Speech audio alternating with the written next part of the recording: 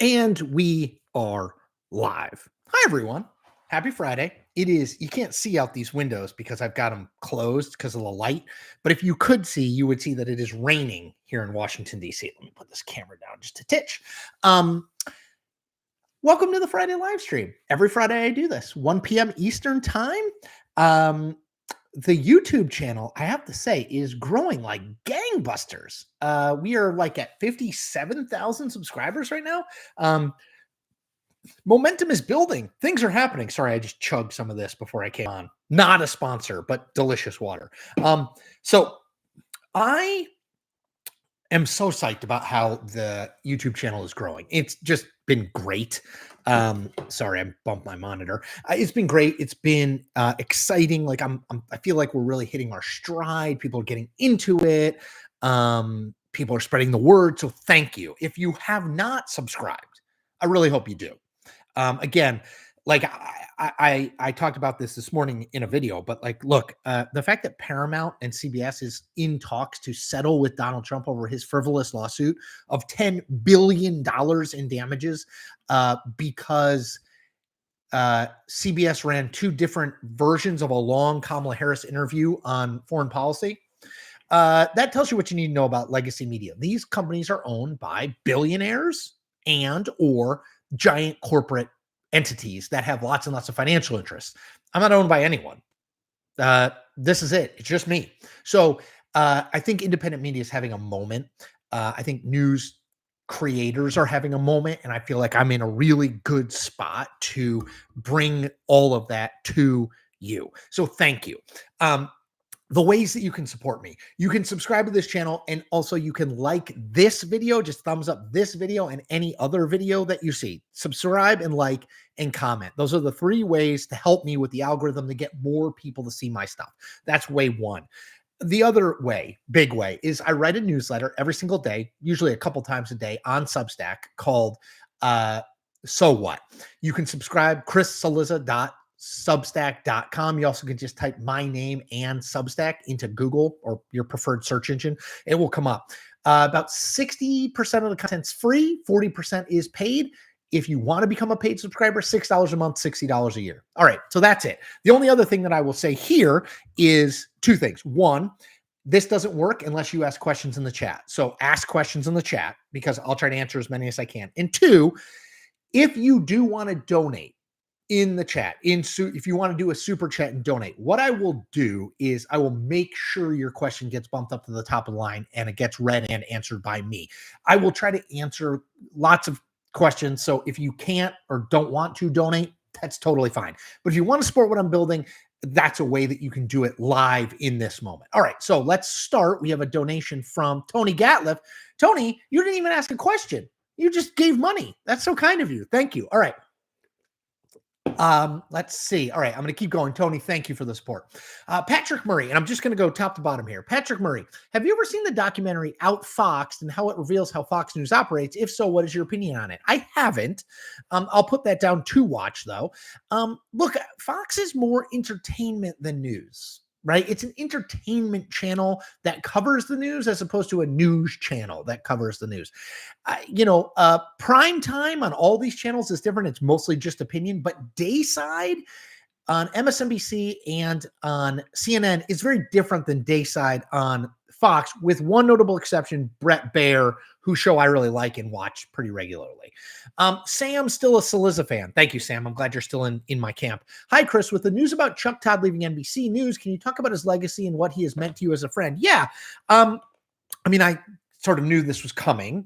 I think Chuck, I think it was really hard to carry the mantle of Tim Russert on Meet the Press. I think Chuck did an amazing job doing that because he, like Tim, is a political junkie, really cared about politics, right? And I think that came shining through. I also think he's got a lot more stories to write and chapters in his book of life. And so I think that he's going to do some other really interesting things. For people who don't know this, Chuck and I do we talk every Monday for about an hour over at my Substack on video. So if you're interested in that, that's something that's behind the paywall, but I really like doing that. I think it's insightful and interesting. And Chuck's my friend and I like talking to smart people about politics. So I'll have a little bit more to say about Chuck and what I don't know what he's doing in the future, to be totally honest, but I would assume he goes the independent creator route. I would advise him I have advised him and will continue to advise him to do that. So I'll be watching with interest. I just think he's a really good guy. Julio J. Chris, in your nonpartisan opinion, of all Trump's cabinet nominees, who are the most qualified and least qualified for the job? Well, I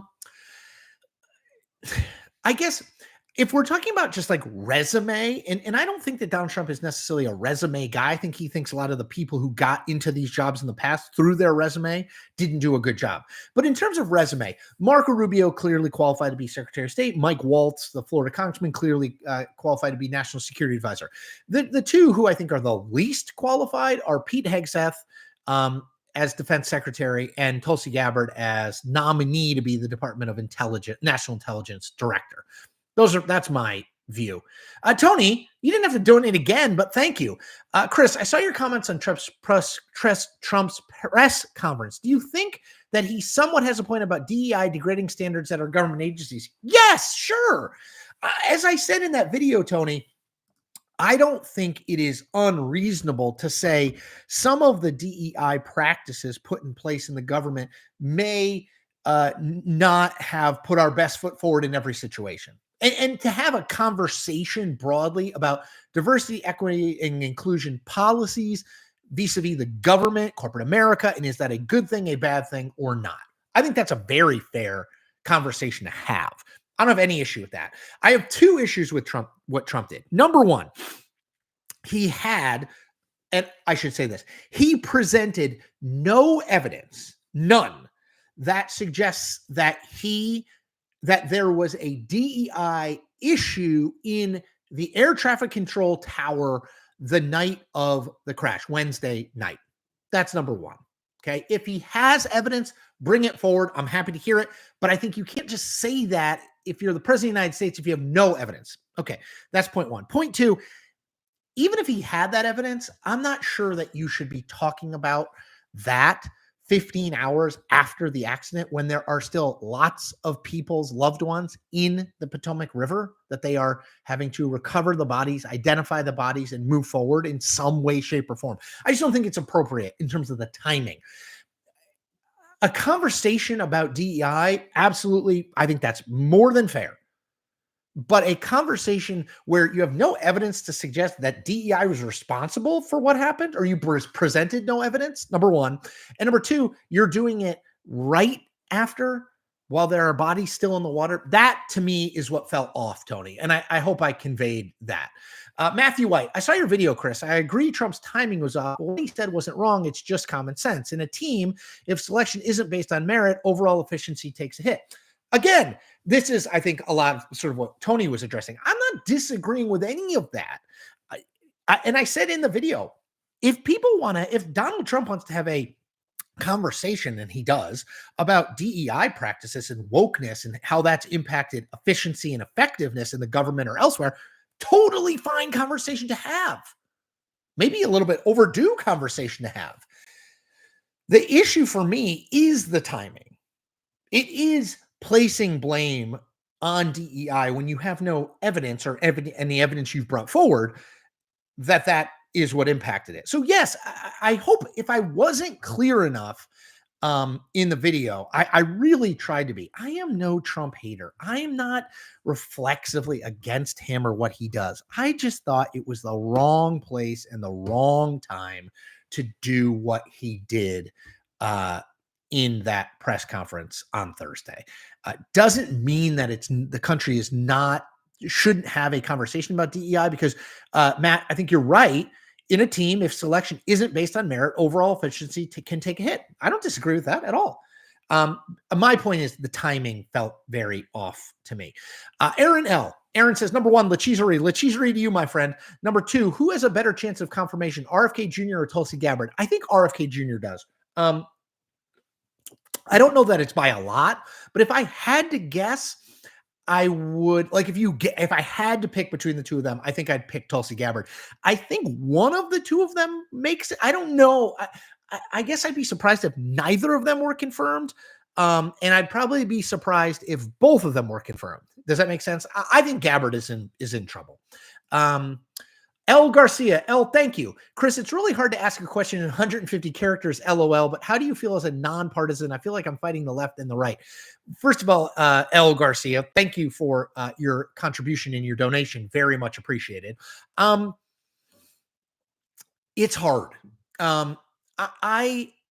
It's the way that I see the world. I've talked about this before on videos. I've written about it, and I've talked about it on live streams, but I think it's worth revisiting, which is, look, I never was involved in politics. My parents weren't political. I wasn't involved in politics in high school or college. The only way that I've been involved in politics is through journalism. And so I've always looked at politics through the lens of journalism, not as a partisan and not as an advocate or an activist. So I just like my view, and I say this, I'm going to say this all the time because I think it's the best encapsulation of how I, in my mind's eye, think about what I do. I'm the umpire behind the plate, calling balls and strikes, no matter what uniform the batter at the plate is wearing. Is that going to make everybody happy? No. Are some people going to think I'm biased anyway? Absolutely.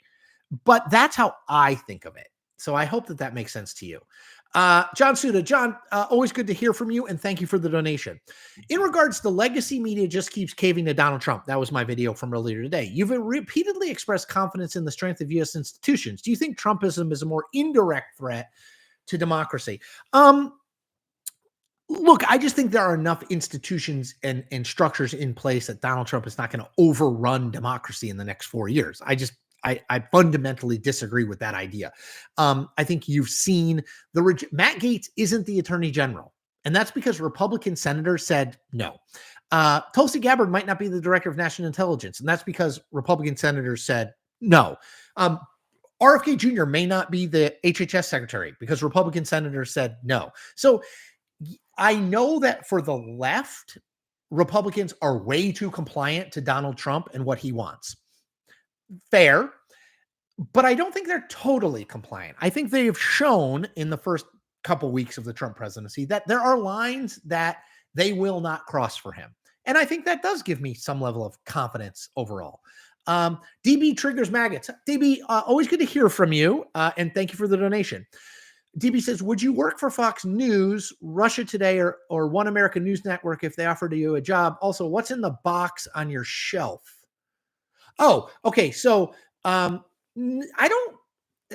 asked me this yesterday, not whether I work for, first of all, no, I would not work for Fox, RT, or OANN. But I don't think that I would work for any mainstream media outlet full time anymore, because I really do. I'm not just giving you shtick to try to get you to subscribe to my newsletter or subscribe to my YouTube channel. I really do believe we're in a moment of like revolution in the media industry. I really do think that legacy media, of course, will continue on, but it will shrink, and its influence will shrink, and its staff will shrink, and what they pay the staff will shrink.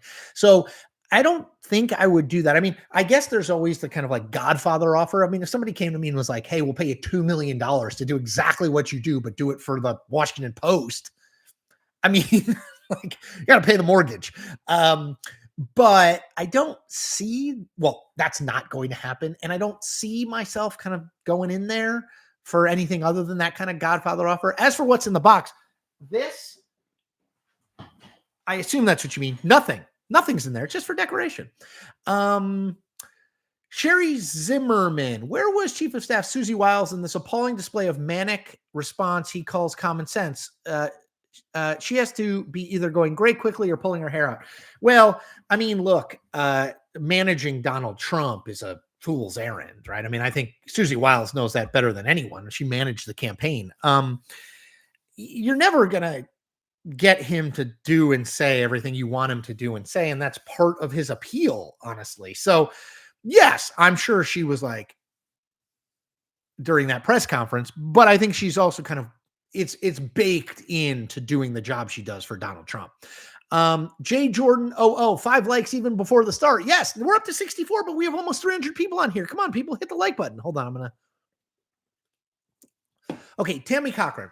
Why does the right want us to believe if someone is a DEI hire that they must not be qualified for their jobs? It seems DEI programs are in place to help qualified people get jobs.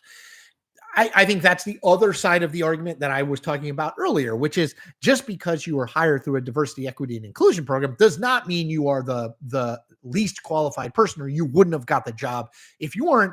The argument goes, it's creating opportunities for people who might not have opportunities, but those people are of equal or increased value than the other people who might get the job. The one thing I'll note, just this is a sidebar, but I'm reading this book called Challenger. It's about the Challenger explosion, which was sort of the seminal moment of my childhood. I was in 6th grade. And in it, it's a long history really of NASA and how they got to this point. But in it, they talk about the effort by NASA, and this is in the 70s, I think I got that right, to recruit non-white male astronauts and how much those people struggled under the idea that they were lesser and were only getting these jobs because or getting the opportunity to be an astronaut because of the color of their skin or the fact that they were a woman. Many of these people, I will note, and this is NASA, this is not the whole federal government, many of these people were incredibly qualified and just hadn't gotten a chance to get a chance. I just thought that was interesting. I was thinking of that as I was listening about this. Tony Gatliff. Tony, thank you again for the donation. What about Pete Hegseth makes him unqualified in your opinion? Now, I didn't say he was unqualified. The question was, who are the most qualified and who are the least qualified? And I said, this Donald Trump is not really focused on resume, really, but the way that I was going to judge it was based on resume. What I would say is that Pete Hegseth is a colonel. Pretty low ranking in the military. He did serve 3 terms. He was in Iraq. He was in Afghanistan, but he's never run a big, large scale organization of any sort close to the $900 billion budget that the Defense Department has. Now, that said, I think that's part of what appealed to Trump in Pete Hegseth. He believed that the kind of Mark Milley, John Kelly, those folks, and he said this many times, those folks who have managed these huge organizations, who are sort of the military elite, those people didn't do the job the way he thinks the job should be done. So I think he picked Pete Hegseth because Pete Hegseth wasn't one of those guys. I'm just saying if we're doing resume of people who've held these jobs before, Pete Hegseth's resume is not similar to theirs. George Simon. George, I hope, or Jorge, I hope I'm saying that right. Thank you for the donation. Chris, if all things are equal in 2028, real incomes, etc., will Trump have higher approval than Biden given Republicans better communication tactics? Well, I mean, it's kind of hard to say. You got to tell me like what has happened between now and 2028. Do they pass a tax plan?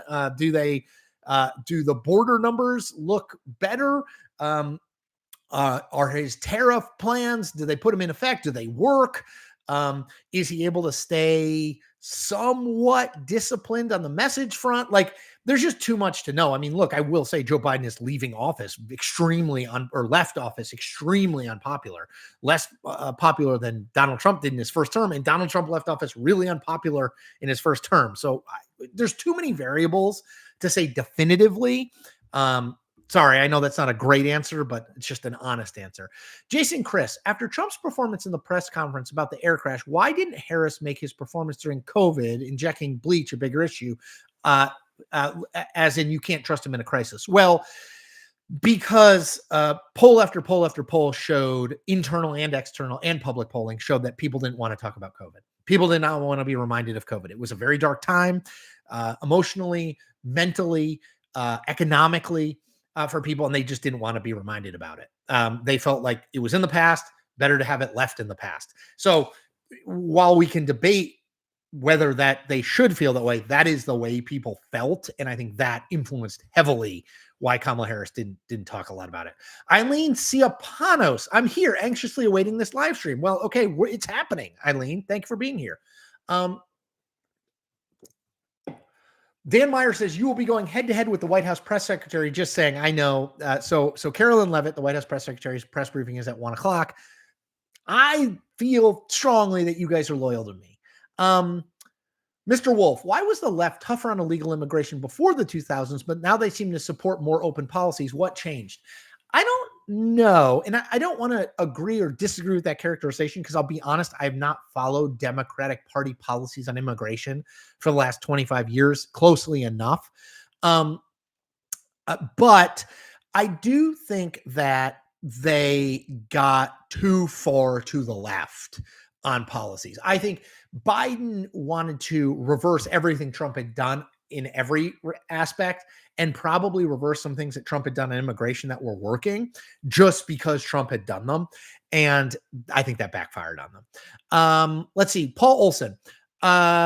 Chris, how would you handle the position of White House press secretary spokesman? Not well. I would not. I have no interest ever in doing anything in government. I like this side of the equation.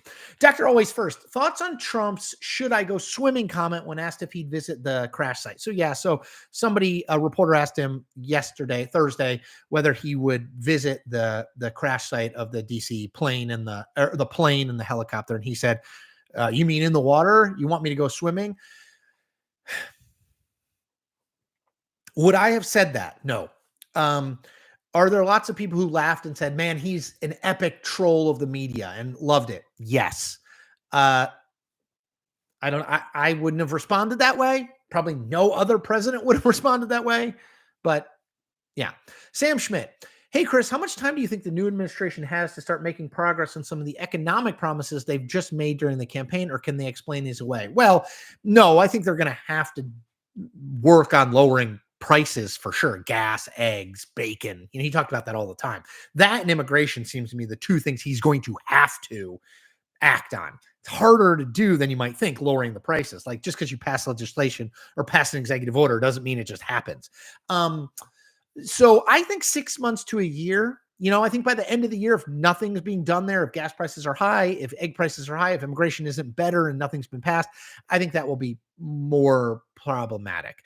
Let me quickly just reset. We're 20 minutes in. If you're just joining us, welcome.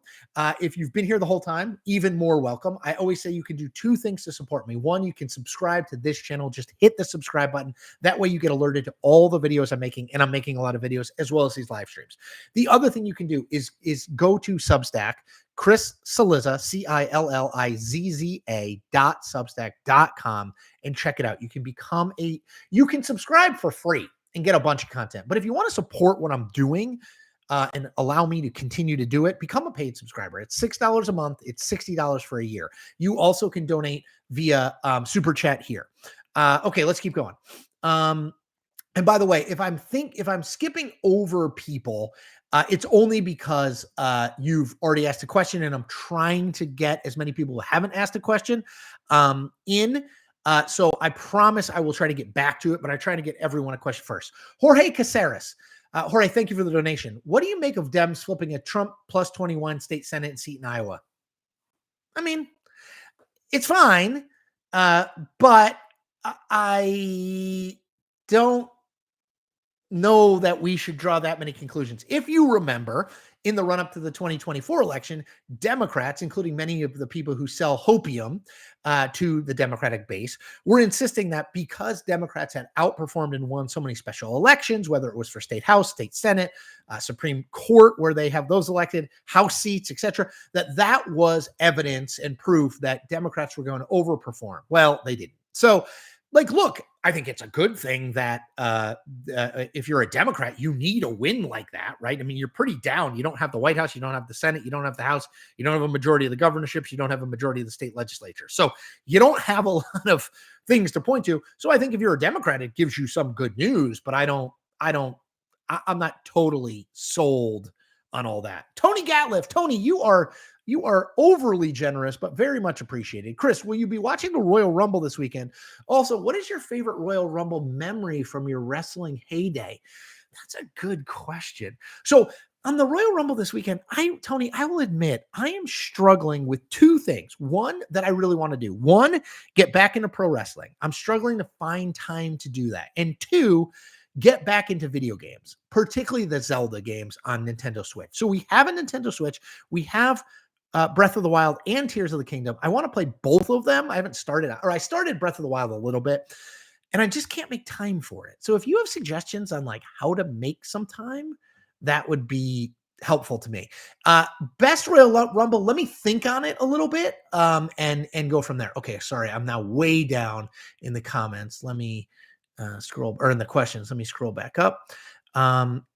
Sam Schmidt, I did that. Maxwell Finer, which GOP senators might vote against Kash Patel? Well, I think Kash Patel is going to be confirmed as the FBI director. The same cast of characters, I think. McConnell, Susan Collins, Lisa Murkowski. I'd be surprised if any of the three, I don't know if all three of them vote against him. McConnell very well could vote for him. So could the other two. But if there's going to be a vote, against him on the Republican side, it's probably one of those three. Lil Robot, Chris, what's your thought on people shredding Jon Stewart for dare suggesting that stopping the most radical parts of Trump's agenda is discernment? I haven't heard it. Look, let me just say overall, and I wrote about this on my Substack. What I would say is the constant outrage about everything Donald Trump says and does not work politically. I don't think it works emotionally either, but it doesn't work politically. I think if you treat everything Donald Trump does as the worst thing that has ever happened, it minimizes everything, because not everything can be the worst thing that's ever happened. If everything's a mountain, there are no molehills, and the mountains start to be less meaningful, right? So I think you have to be discerning in, okay, what are the things he's doing, whether that's, in my mind, the January 6th pardons, birthright citizenship, and the speech press conference he gave on Thursday about the DEI as related to the plane crash. What those to me are mountains. Those are things we should spend time on. Now, my mountains might not be your mountains, but not everything can be a mountain. So if Jon Stewart was saying that, I agree. Let's see. Emeritus, how functional do you see this Congress being? Do you think John Thune moves to do away with the filibuster on either a narrow or broad issue in the face of Democratic opposition? I don't. I don't. I think the filibuster on legislative stuff is going to stay. Now, Trump might lean on them, but Thune is an institutionalist. He's a McConnell guy. Like, he's not, I think, going to get rid of the filibuster for legislative stuff. Judicial stuff, judges' filibuster is already basically gone, but I don't think he's going to get rid of it. Dan Lanning's PR team. Hey, Dan, thank you for the donation. In my opinion, just waiting for the Supreme Court turn in the 2026 budget. First culture war will be Chiefs, Eagles skipping the White House, breaks through to low propensity and low information voters. Excuse me. Sorry about that. Yeah, you might not be wrong about that, Dan. And look, this goes to my whole point about like mountains and molehills. Like, you can't, first of all, no one is right all the time and no one is wrong all the time. So like Donald Trump and his team sometimes have good ideas and say things that are smart. And they say things that are dumb and have bad ideas. And not everything's a mountain. Not everything's a mountain. Yeah.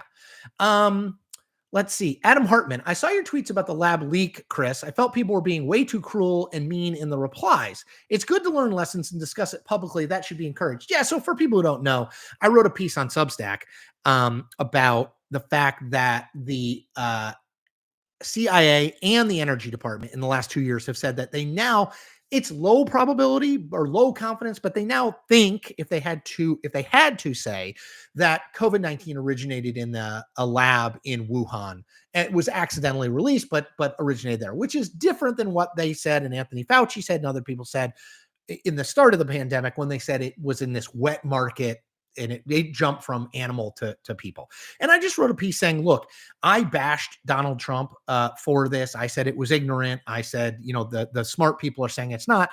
And I'm still pro-expert, to be clear. But when experts are operating with limited information in a situation no one's ever seen before, you have to take it with a grain of salt. And I didn't. As for people being mean, whatever. Like, I just have to be as honest as I can to me. But thank you. And if you guys haven't read that, go over to my Substack. It's free. You can read it. H, are you happy you left CNN when you did? Well, let's be clear. Let's not rewrite history. CNN said to me, right? They laid me off. I didn't leave. But yes, in retrospect, and I wrote this week on Substack too, I really do. I think I've had 2 years to kind of build in this space, in a space that is about to just boom. It's already booming, but in a space that's going to boom even more on Substack and YouTube, just independent creation overall, TikTok, etc. So yeah, I actually am. And I don't think I ever thought I would say that. But yeah, Dslav 2488. Jason Chris, just because Kamala wasn't smart enough to say that, she was too corporate. She didn't do a bad job of attacking Trump, but she didn't do a good enough job. Again, I'm not sure that attacking Trump on COVID-19 was going to work. I really don't. I've seen lots of polling that suggested it would not work. People did not want to go back to that place. By the way, 339 people on this. That is awesome. Thank each and every one of you for joining. If you have not, 340, if you have not liked this, please do so while you have a second. Nathan Baker, what are your predictions for the likelihood of Tulsi Gabbard and RFK Jr. being confirmed? So I think RFK Jr. is better than 50-50 to be confirmed. I think it's probably going to be close. I think if Bill Cassidy from Louisiana comes out against him, it could be really problematic for him because that's probably 4 people who vote against him. But I think it's more likely 50% plus percent he gets confirmed. I would say Gabbard is on the wrong side of 50% of being confirmed. I just don't think, I think the stuff about Edward Snowden, her past statements about Russia, her past meeting with Bashar al-Assad, I just don't think that Republicans are going to get over that, honestly. And I don't think she's going to get any Democratic votes. Kat G, what do you feel is the most undercover thing Trump has done in the last 2 weeks, for good or bad? That's a good question. I mean, to me, the most serious thing he's done with the most long-lasting implications that actually is going to happen was the pardon of everyone who participated in January 6th and was arrested. Like, the birthright citizenship obviously is a big deal. I just don't think that's going to stand. I think that's going to get thrown out by the courts because it's in the Constitution. So the thing that he's done that is the biggest deal going forward as it relates to the rule of law, and I think is the January 6th pardon, that did get lots of attention, but I just think that's the biggest mountain that I see. Tabby D, do you think Kamala will be running for California governor in 2026? Also, what can Democrats do differently to win in 2028? So I think I've said this, I've written this. I think Kamala Harris should run for governor of California in 2026. I think that means she probably wouldn't be able to run for president in 2028 because it'd be so fast a turnaround. But to my mind, she needs a political rehabilitation. She has the stink of losing on her. And I don't think if she just goes and starts running for president in 2028 that she would win the nomination. So I think she should run for governor. What do Democrats need to do differently? They have a major brand problem. Their brand is at an all-time low ebb in Quinnipiac polling. They have the highest unfavorable rating ever in the history of the poll. At the same time, Republicans have the highest favorable rating ever in the history of the poll. So they have a brand problem, a big brand problem. I wrote about this last night on my newsletter. If you want to check it out, it's on Substack, as you may have heard. So I think they have to figure out how to fix that. People think of them as woke, leftist, coastal elites, and that's not a winner. So they have to figure that out. Let's see. Kathy Henson, you said that as an independent journalist, you don't have to worry about being targeted by Donald Trump as much as the MSM, but are there any risks to you personally? Well, if I said that, I didn't mean it, because I do think that, Trump has said he will go after independent journalists. I mean, look, I'm not in the business of just bad mouthing him and saying things about him that aren't true. And I'm not in the business of just criticizing him all the time, because again, I think he rightly deserves serious criticism for some things he does. I think he gets a lot of criticism that is not particularly calibrated to what he's done. I think it's outrage for the sake of outrage to sell subscriptions and that sort of thing. I don't traffic in that. So, I am just going to keep trying to do my job the best way that I know how to do it. That's it. Dan Lanning's PR team. Dan, thanks for the donation. Donald J. Trump will lose his mind if the Eagles and the Chiefs skip the White House. Well, one thing I will say about that is I believe Brittany Mahomes, Pat Mahomes' wife, we think supports Trump, but I'm not totally sure about that. Okay. Let's see. Dan Meyer says, I believe the Chiefs will visit the White House if they win it all, but the Eagles will ultimately decide to decline the invite. I think the Chiefs are more likely to visit than the Eagles for sure. Let's see. Eric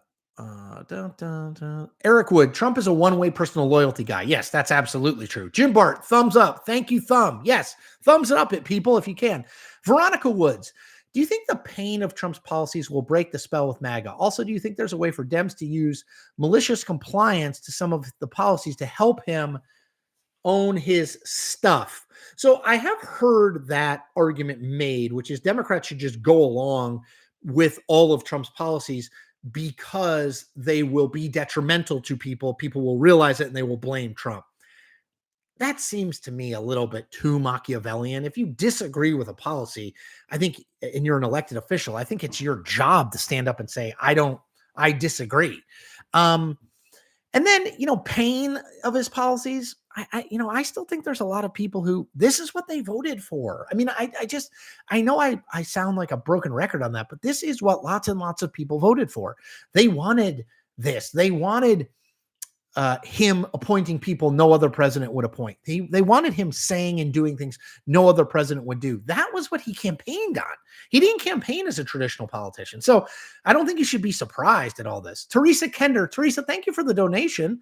Much appreciated. No question, but appreciate it. Let's see. DSlav 2488 says, I'm fairly certain Democrats are going to have at least 10 to 15 candidates in 2028. AOC, Whitmer, Newsom, Gallego, Warnock, Moore, Crockett, Harris, Walls, Catherine Cortez Masto, also maybe Angela Alsobrooks. Yes, it's going to be a big field. I agree. I don't know if it's 15, but maybe at some point it will be 15. It's going to be big. Let's see. Sorry, just trying to go through people who have not asked questions. Joe Brambley, Chris, where is the resistance movement? Do Dems need to move on from Chuck Schumer? Hakeem Jeffries is the new generation, but seems cut from the old cloth. So, Joe, that's a question I've been getting a lot these first couple of weeks. And I think the reality of the situation is Democrats are still a little shell-shocked from the loss.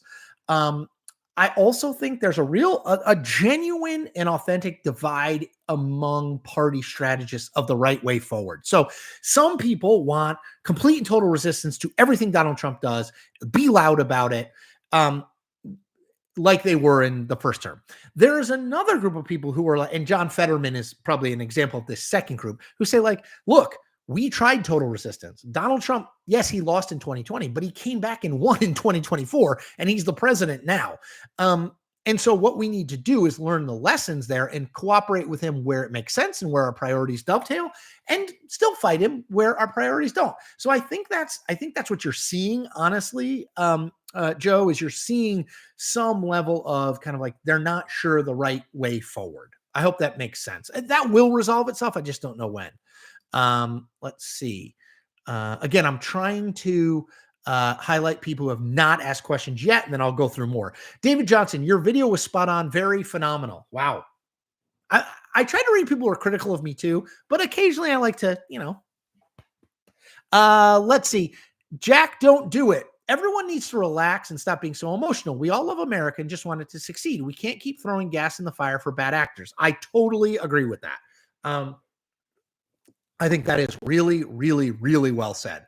I think that there are times to get outraged, but you can't get outraged every day. Not everything's a mountain, right?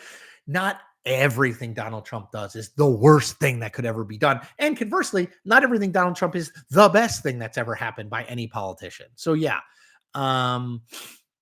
Luke Growth. Chris, when does the first cabinet official go? You mean when does someone get? I don't know. Let's see who gets in first, and then we'll see. Usually it's about a year. James Boardman. James, thank you for the donation. James says, you cover politics and do it very well. If you could step outside the world of politics and cover any subject you want, what would it be? Sports, youth sports in particular, because I think it's really important right now. I think the youth sports system in this country is absolutely awful, and adults are or already have ruined it. I am going to write some about youth sports in my Substack this year, because I do write mostly about politics, but I also write about other things too, and that's really important to me. So I think I would. I think that's where I would land. Good question. Thanks, James. Brad David. Brad, thank you for the donation. Why do you think Chuck Todd is leaving NBC? Brad asks. Well, because he hosted Meet the Press for, I don't know, like a decade or maybe more, and he's not the host of Meet the Press anymore. And I think he wants to do other things, right? I mean, I think that we all wind up, we all are sort of at some point we're kind of on the upswing in an organization, and then we're kind of plateaued, and then we're on the downswing. And I think Chuck he'd taken that route, right? I mean, he had been on the top for a long time, and I think he wants to do other stuff. And not just kind of hang around and be like, hey, I'm the guy who used to host Meet the Press here, right? Like, I get that. He's not old. He's in his early 50s. There's a lot of career, a lot of life in front of him. So I admire people who are willing to say, you know what, I'm just not going to like play out the string here. I'm going to go try other stuff. Again, not to rewrite history. I was forced into that decision, but it's been really rewarding and interesting and smart. It's like meeting smart people and meeting thoughtful people. Like, so yeah. Let's see. Let me just make sure I'm getting everybody. Okay. Jeremy McMillan, do you think VP Vance had a role in encouraging Trump's response yesterday? So yeah, you mean about the DEI and the plane crash? I do think that JD Vance has like very clear views on DEI stuff, and I think he is someone who understands that the way to Donald Trump's heart is by agreeing with him and by affirming what I would argue sometimes are his worst impulses. I don't know because I wasn't part of those conversations, but JD Vance did back Trump up on everything he said during that press conference. So I don't think it's like a huge stretch that he may have played a role. Let's see. Sorry, I'm just trying to get people who have not asked questions. Love all this chatter in the comments in the chat. It's great. Mr. Jewel, do you think Trump's press secretary will last? Well, I mean, that depends. What last, how long? So it's Carolyn Leavitt. She's 27, youngest person ever to serve as press secretary in the White House. She ran for Congress in 2022. She was a Republican nominee in New Hampshire's 1st district, I believe, and she wound up losing by about 9 points. That job is hard, and that Donald Trump is really his own press secretary. You know what I mean? Like, he's his own conduit to the media. I think no one lasts in that. I can't think of a White House press secretary who had that job all 4 years of a presidency. So will she last? I mean, some of that's based on performance, and some of it's based on, like, does she stay in Trump's good graces? No, she will not be the press secretary for 4 years. Let's see. John Suda, thank you for your answer. 100% agree with you about the strength of institutions. You ignored my question, though. Is the death of journalism that Trump contributes to a threat? Is Donald Trump's role in, I'm just trying to make sure I understand it, is Donald Trump's role in sort of undermining trust in the mainstream media and the mainstream media kind of being compliant in some ways, settling lawsuits with them, is that hurting democracy? Sure. I mean, yes. One of the most important parts of a democracy is a free and independent media. If that media is cross-purposed because of other financial considerations, whether you're a billionaire or a giant corporation, I don't think that's a good thing, because I think profit and money will go before journalism in the long run. I think that's what you see happening. But the technological growth of things like YouTube and Instagram and TikTok and Substack and Beehive and all of these other ways that individual creators can get their content out there, I think makes up for some of the ground that is being forfeited by the mainstream media. So I'm still optimistic, but let's see. Dan Meyer, Lachizuri, my friend. Do you think the Nationals may consider signing Pete Alonso as a free agent, since it appears the Mets spent all of their offseason cash on former Nats superstar Juan Soto? I'd love to have the polar bear in Nationals uniform. I still think we're probably at least a year and maybe 2 years away from competing. So I don't know if they would make a move like that, but I'd love to have him. Let's see. Roberta Kiri. Do you think any politician will ever be over 55% approval in our lifetime? Roberta, it's a great question, and it's hard for me to imagine. I could see a politician doing it, but a president, I think that's really hard to imagine, just because we're so polarized. I mean, will it ever happen again? Yeah, I think it will happen. I mean, I remind people, after September 11th, George Bush was at like 80% approval. Now, it didn't last, but he was at 80% approval. I wouldn't wish another event like that, but there's always a possibility of something external like that matters.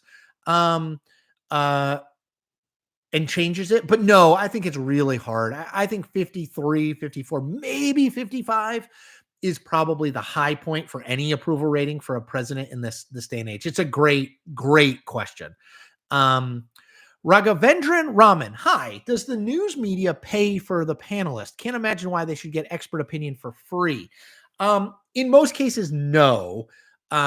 Like when I do News Nation, they don't pay me. When I do MSNBC, they don't pay me. If the person is a contributor, so it says MSNBC News contributor or CNN contributor, political analyst or whatever, that means they pay you. But I would say 80% of the people on television are not paid, at least in this country. Jay Framson, please say something about my Steve Schmidt question and his comment about Tim Miller. So, Jay, that's a reference to a Substack Live I did. I interviewed Steve Schmidt. He had some not kind words for the Bulwark's Tim Miller. I think that's a personal thing. I don't totally know what it is, to be honest, and I'm not super invested in learning.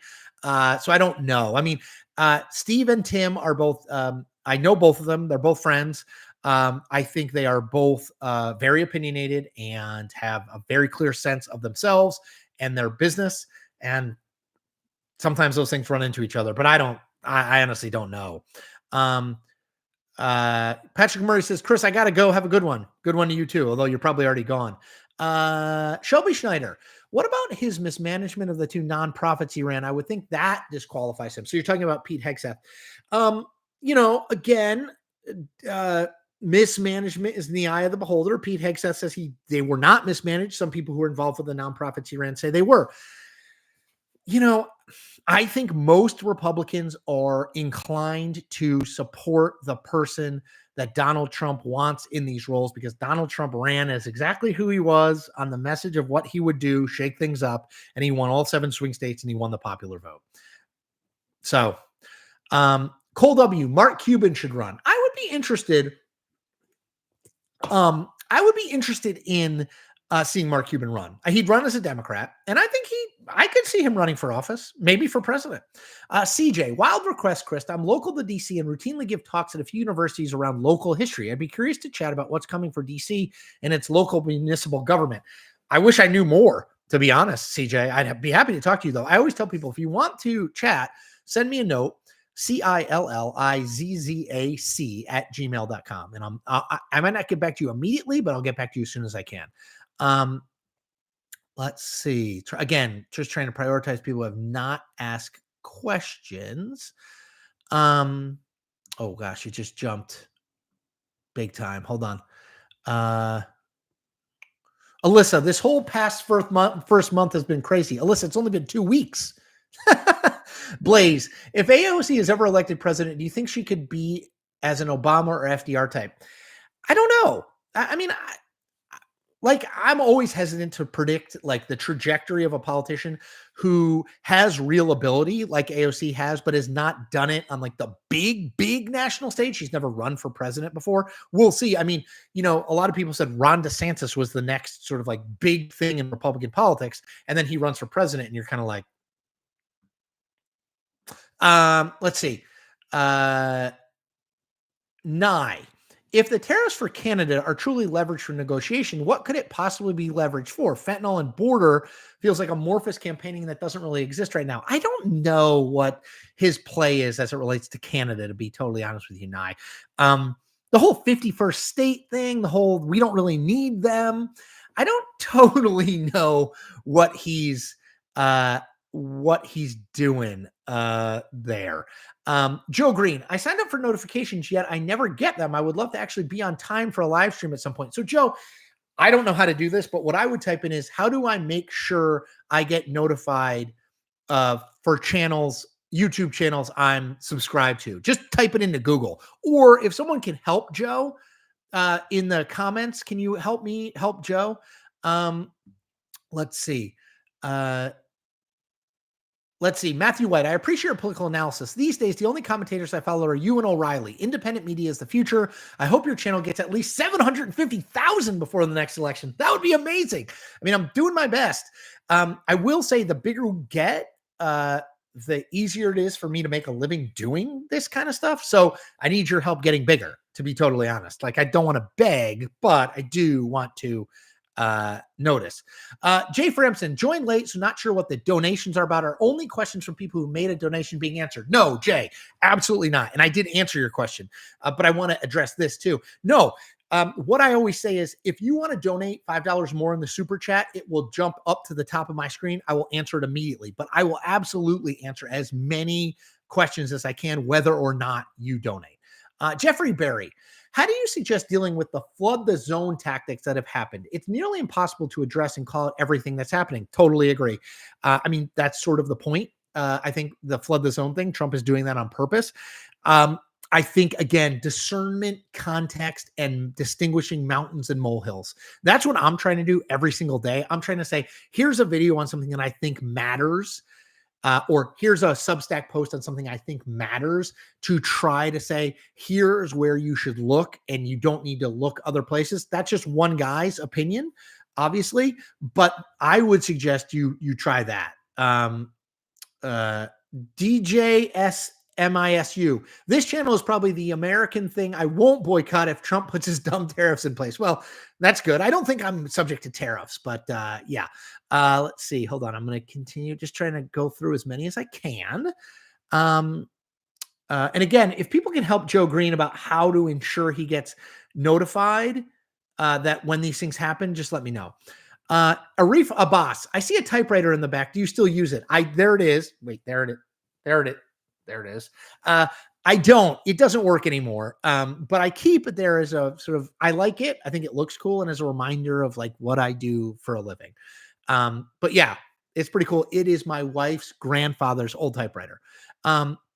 Stephen Lafferty, Jim Acosta has started on Substack. He has 123,000 subscribers already and rising. Yes, he does. Incredible. I need more subscribers. Subscribe to me. I love Acosta, but Kennedy Ivey, Tulsi Gabbard seems too willing to switch sides also. Went from full socialist in 2016 to full MAGA in 2024. Agree. I mean, I think that's part of the problem. I saw that even when the RFK Jr. Confirmation hearings. It was like, in July 2023, you said this, and now you're saying the exact opposite. What explains that? And he'd be like, I support the president's position or whatever. Same thing with Tulsi Gabbard. It's like, well, were you not telling the truth then, or are you not telling the truth now? Yeah. Let's see. Rich G, do you think insider trading in Congress will ever get resolved? This is a Democratic and a Republican problem.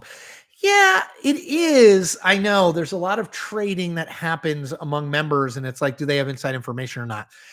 Honestly, I hate to be cynical, but it probably won't get solved because it's a bipartisan problem, and there's not going to be a lot of bipartisan interest in fixing it if members are making money. I know that's terribly cynical, but I think it's true. Dinga House. So there's no chance Trump would or ever will ever apologize for the DEI comment on the crash for all the reasons you have given in the past. But could there be any repercussions felt by the party? Probably not. It's 2027. It's 2025. It's early 2025. We don't have an election for another 19 months, 20 months or something. No, I don't. I don't think there will be repercussions. Again, it's not necessarily the politically dumbest thing to do. I just think morally it's not something that we should support. It doesn't have to do with him being a Republican or a Democrat. I just think it's bad. Tom K. Hey, Chris, do you think it was just a coincidence that fork in the road was used in the federal worker resignation payout email and an Elon Musk hardcore workers only email to Twitter? No, of course it wasn't a coincidence.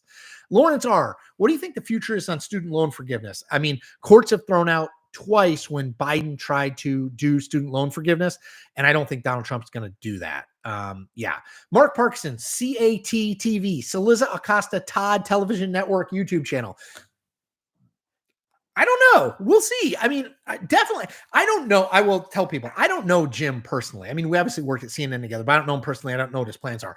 Chuck, I know better. I don't know if he wants to do a television network with me, but yeah, we're talking about stuff. Miko. I thought when people had access to truth and sound reasoning, they would naturally act for the good of democracy, but I've seen without civic virtue, facts cannot prevent the tyranny of the majority. Fair enough. Rich D. Would be interesting to hear Acosta and Todd when they aren't tied to big corporations. Yeah. Let's see. Ethan Silver. To what do you attribute the shift to the right and lack of nuance in immigration policy in this country? Seems nuanced policies like DACA are now being cast aside for intense border security policies.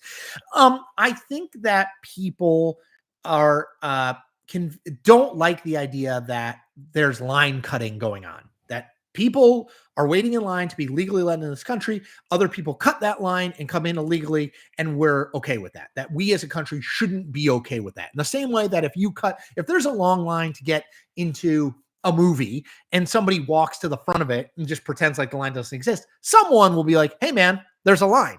I think it's that sentiment. I don't know if people are that engaged on specific nuanced policies, and I don't know if they will get there that way. It's more tonal, I think, than anything else. I hope that makes sense. M. Kundera. Oh, Milan Kundera in the chat. Maybe we should talk about the unbearable lightness of the Trump administration. I see what you did there. Side King, youth in sports. Michigan State has an excellent institute of youth sports. Oh my gosh, that's so helpful. Thank you. I will take a note and I will reach out to them. Sheldon Osteen, is there any country outside the U.S. we should be watching to see what's next for U.S. politics? It seems that elections in other countries showed us where the outcome of the 2024 election was going. I think that, Sheldon, I think that national populism and make fill-in-the-blank country great again is on the rise. I don't know if Donald Trump started it. I don't know if Donald Trump tapped into it, but it's absolutely happening. No question. Elaine H. Elaine, thank you so much for the donation. Elaine says, agree, Philly fans are the worst, and I live in the Philly suburbs. Yes. So somebody on my mailbag over at my Substack asked if I was rooting for the Chiefs or the Eagles, and I said kind of neither, but I refuse to root for the Eagles because their fans are the worst. They're just, and I don't just mean Eagles fans, I mean Philly fans overall. Sixers fans, well, they're the best out of the three, but Sixers fans, Phillies fans, and Eagles fans. Roberta Curie says, thank you. You do a good job. Thank you, Roberta. Hold on. Let me just see if I can fit anyone else in here. Dorlee D. Chris, have you spoken to a medical professional about Trump's pathology? Many say he suffers narcissistic personality disorder and sleep deprivation. So I have made videos and talked about this. I just am not a big believer that you should diagnose anyone. Even a doctor should diagnose anyone from seeing them on television. I just don't. I don't think doctors should be doing that as a general rule. And so I'm not going to reach out to doctors so they can do it. Hold on. Let's see if I can fit one more in. Ryan Kelleher.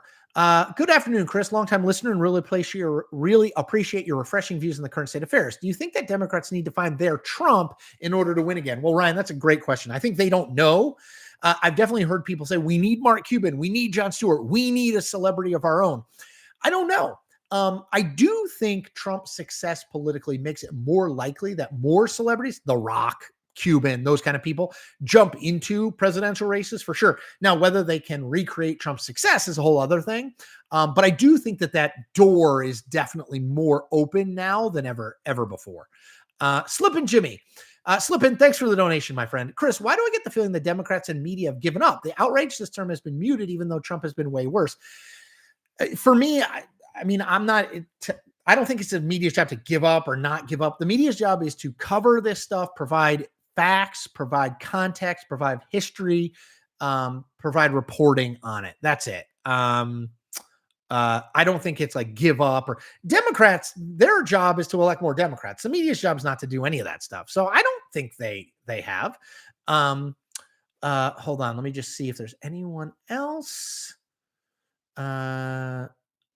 I'm Judas said merch would be cool. I'd buy something. So Judas, stay tuned. I think I'm going to get some merch and put it on my Substack thing because it's easy to get t-shirts and hats and stuff made now. The only question I have, and if you have ideas, let me know, like, what should I put on it? I don't necessarily want to put like, so what? I mean, I guess I could, or my name. Like, is there some cool catchphrase or something fun that we could put on it? That would be like, if you know kind of thing. All right. I got to run. Busy afternoon. It's 2:00. We've gone for an hour, which is awesome. I'm sorry if I did not get to your question, but I think I try to get to as many as I can. I do this live stream every single Friday at 1 p.m. I am also, and I know I say this, but I'm in the hunt for another idea to do another live stream earlier in the week. I don't know if it should be organized around an event. I will admit I kicked myself a little bit that I didn't set up a live stream where I was kind of in the corner commenting on the first RFK. hearing. So I'm annoyed about that. So I'm going to look for opportunities like that. But if you have an idea, email me, cillizzac@gmail.com. If you have not thumbs up this video, this live stream, please do so. If you are one of the almost 400 people who joined us live, thank you. If you are not a subscriber to this channel, become one. Just click subscribe. It's easy. If you have not checked out my Substack, chriscillizza.substack.com. By the way, Pocket Watch, thank you. Pocket Watch, thanks for the donation. And you say, thanks again for doing these. Really enjoy them. I enjoy them too. If you have a merch idea, what merch should I sell and what should it say? Cillizzac@gmail.com. All right. That's all I got. Everybody take care. Thank you. We're over 200 likes. Keep liking. Get this thing over 300 likes. That's the best way for more people to see this. My broader content, my broader channel will get more people on board with what I'm doing. The movement has begun, people. Momentum is happening. And thank you for being a part of it. All right, everybody, take care. Have a good weekend. Take care of yourselves and take care of each other.